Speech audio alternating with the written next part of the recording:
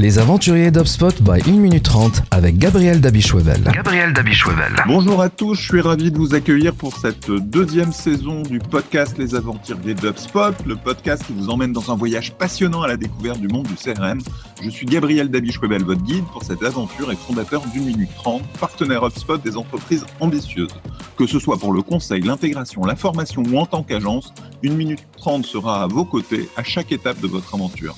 Notre mission est simple, vous aider à dépasser les objectifs de votre investissement HubSpot. Cette saison, et on va en faire une bonne partie de la saison avec Rémi Poulet, mon associé chez 1 minute 30. Il est venu, il nous a rejoint cette année. On a vachement monté en puissance sur HubSpot avec lui et ses équipes. Et aujourd'hui, on va parler d'engagement. Salut Rémi, comment vas-tu ? Très bien, et toi Gabriel ? Bah super, l'année commence bien et ravi de ces 6 mois d'association qui vont continuer ensemble longtemps, je l'espère, et avec une belle aventure qui s'installe. Exactement. Rémi, tu voulais qu'on parle d'engagement. Peux-tu d'abord nous dire qu'est-ce que tu mets derrière le terme engagement ? J'ai compris que c'était l'engagement des clients, de nos clients, donc et comment tu le mesures ? En fait, on s'intéresse très souvent dans un CRM sur des logiques d'acquisition, de transformation, de signature, et on travaille peu l'upsell ou la satisfaction client et surtout la reconduction du client une fois signé. Ce que j'entends par engagement, c'est de dire en fait et d'être capable de mesurer notamment l'intensité de la relation d'un client final avec la marque et avec l'activité fournie par nos clients. En d'autres termes, ça se mesure, ça se fait beaucoup dans le monde du retail par ce qu'on appelle un score de RFM, récence, fréquence, montant. On s'intéresse à est-ce que la personne vient régulièrement, est-ce qu'elle achète beaucoup et est-ce qu'elle est venue récemment, de façon à regarder en fait l'addiction que l'on crée entre le client final et la marque. Eh bien, ça se transpose dans beaucoup d'autres métiers. Ça peut se transposer ne serait-ce que dans le travel, sur le nombre d'activités que va faire, par exemple, un client sur un site, qui est une bonne opportunité de connaître sa satisfaction et son engagement et donc sa capacité à devenir un promoteur. Ça peut se mesurer sur l'activité aussi, l'usage, le taux d'usage d'un éditeur logiciel pour un éditeur logiciel de nombre d'utilisateurs actifs, l'intensité de connexion, la fréquence de connexion, etc., qui est aussi une bonne métrique qui permet de bien mesurer l'engagement du client par rapport à la marque. Et ça se transpose aussi dans le monde du service ou dans d'autres secteurs, notamment parce que ça permet de mesurer réellement et au quotidien quel est dans notre portefeuille client ceux qui ont une vraie addiction au service, une vraie addiction à la marque et qui vont être très clairement des facteurs de rétention. Ça va être une mesure proactive de la rétention et donc aussi une mesure proactive de l'anti-churn, c'est-à-dire de l'anti-désabonnement à des services. Et c'est ce terme-là et c'est ça que je définis par engagement. Donc, ce que tu veux dire, c'est vraiment que le CRM n'est pas là que pour les logiques d'acquisition, il est là aussi pour des logiques de rétention et de fidélisation, et que dans ce cadre-là, il faut concevoir un score d'engagement qui est spécifique à chaque marque. Parce que ce score d'engagement, c'est pas un taux de conversion de lead à closing, ce qui est un truc assez classique sur la partie acquisition. Là, on est dans quelque chose qui va être assez spécifique à chaque marque et à chaque entité, avec des scores un peu classiques et communs, comme le RFM que tu évoquais, qu'on va retrouver en retail ou peut-être chez les grossistes aussi, les distributeurs, enfin tous les gens qui ont un commerce régulier avec leurs clients, mais avec des scores plus spécifiques, comme dans le travel, ce que tu évoquais. Tu peux nous donner des exemples, et en particulier des exemples que tu as mis en place chez tes clients ? Alors, en fait, dans les exemples, c'est assez simple. Ça peut être ni plus ni moins que le taux d'usage d'un logiciel. Et donc, je pense notamment à des entreprises comme Capital Banking Solutions qui fournit des systèmes pour les banques et fournit ces logiciels avec des modules. En fait, ce qui les intéresse, c'est de travailler à la fois la croissance du chiffre d'affaires et l'engagement de leurs clients. Et ça, c'est pas le NPS ou c'est pas des analyses de satisfaction qui vont vraiment être capables de mesurer.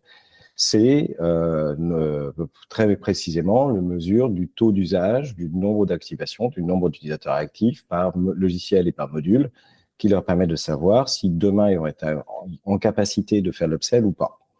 Et dans ce cas-là, tu branches HubSpot, le CRM, au logiciel qu'il propose pour que chaque fois qu'un utilisateur se logue, il y a une remontée de je me suis logué, combien de temps, ce genre de choses? Exactement, c'est en fait un autre pan de l'intégration des CRM, c'est de ce que j'appelle le connecter au SI opérationnel, c'est-à-dire de se dire, en fait, d'un point de vue opérationnel, qu'est-ce qui se passe au quotidien, quel est mon usage au quotidien. Et donc, ça peut être le nombre d'activités que tu vas utiliser dans du camping, chez Vacances Select ou d'autres clients. Ça va être le nombre d'outils que tu vas pouvoir activer. Par exemple, HubSpot fonctionne avec la notion de couleur primaire et qui te définit le nombre de hubs que tu utilises, l'intensité, le nombre d'usages que tu vas utiliser et activer dans HubSpot.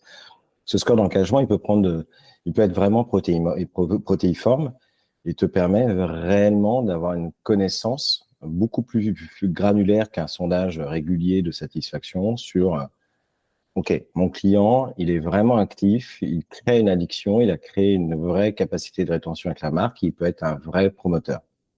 Donc, tu récupères ces informations dans HubSpot, parce qu'on est intégrateur HubSpot, et tu en fais quoi? Tu les agrèges dans un score?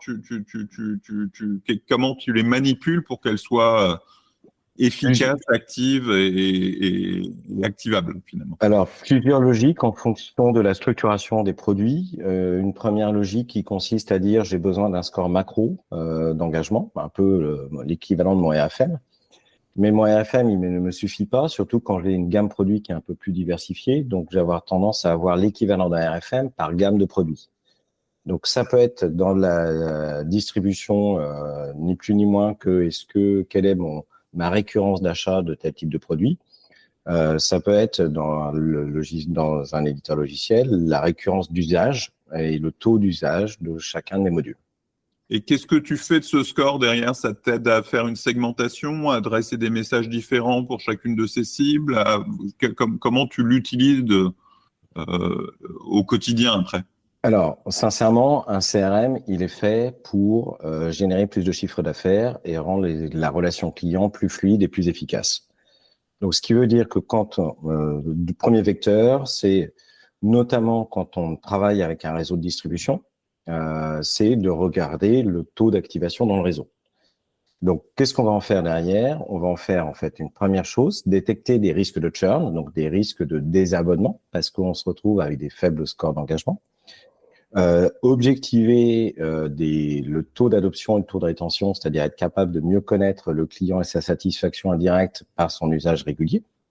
Et derrière, c'est aussi des capacités d'upsell et de renouvellement de contrat où on peut détecter très rapidement qu'un client a atteint un seuil d'usage et on va pouvoir lui proposer des options supplémentaires ou tout simplement connaître quel est le bon moment justement pour s'interroger par rapport au client sur le fait qu'il y a une réduction de son score d'engagement ou à contrario, lui dire, comme ton score d'engagement sur ce produit-là est bien, est-ce qu'on peut te proposer tel autre produit, etc. Donc, c'est toujours upsell, cross-sell, renouvellement et anti-churn. Oui, donc c'est bien ça, c'est un critère de segmentation sur lequel tu vas appliquer des processus différents selon qu'il a un score faible, un score moyen ou un score élevé, en fait. Exactement. Et ça, il y a un deuxième indicateur en parallèle, c'est de le mettre en proportion par rapport à l'objectif et par rapport à la croissance de l'entreprise. Souvent, quand une entreprise croît, son score d'usage a tendance à croître. Quand une entreprise stagne, son score d'usage peut arriver en fait à un plafond de verre, à un seuil, une crête. Et puis, malheureusement, pour certaines entreprises qui sont en décroissance, il est logique que le score d'usage diminue. Et donc, c'est bien commercial de faire cette analyse-là. Et de fait, ça fait un indicateur macro aussi dans les KPI à suivre de l'entreprise en global. C'est exactement ça. Et donc, du coup, de notre capacité de satisfaction de notre portefeuille client et donc de notre sérénité sur la durée des contrats. Est-ce qu'il y a quelque chose que tu veux ajouter sur cette dimension d'engagement ou tu penses qu'on a fait le tour? Je pense qu'il y a deux aspects qu'il faut pas oublier. C'est que quand on fait l'acquisition client, ce qui nous intéresse, c'est la lifetime value.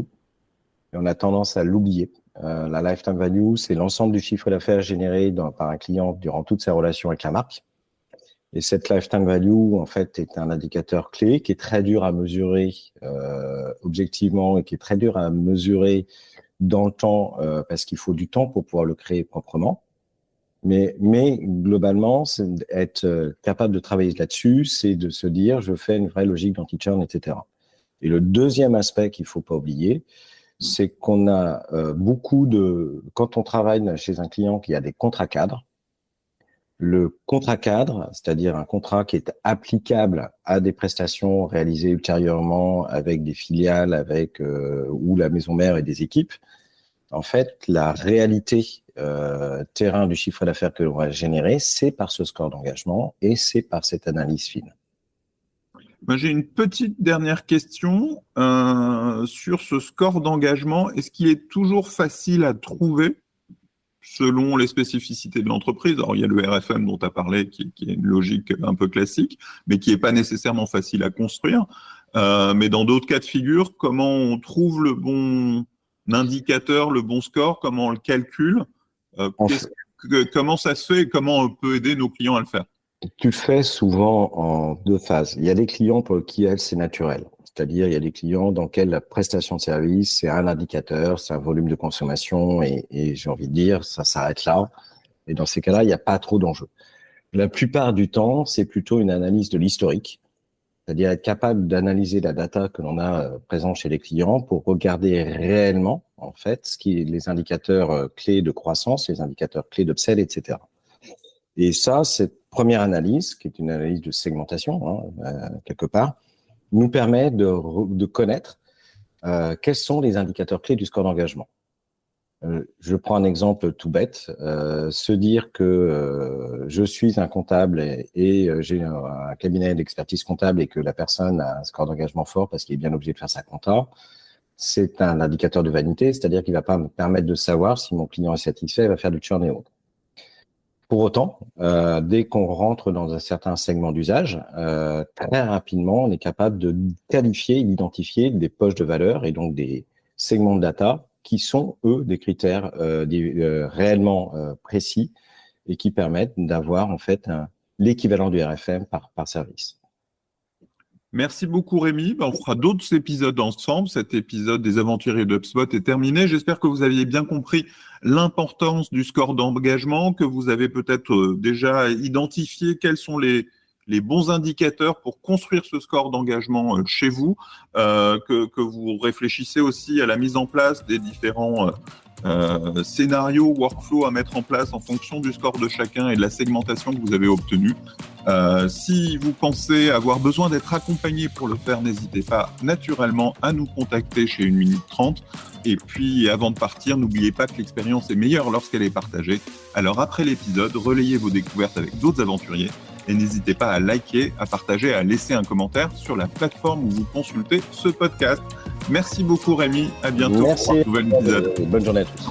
Vous pouvez réécouter tous les épisodes de notre podcast sur Spotify, YouTube, Deezer et Google Podcasts. Vous pouvez aussi visiter notre site web 1minute30.com.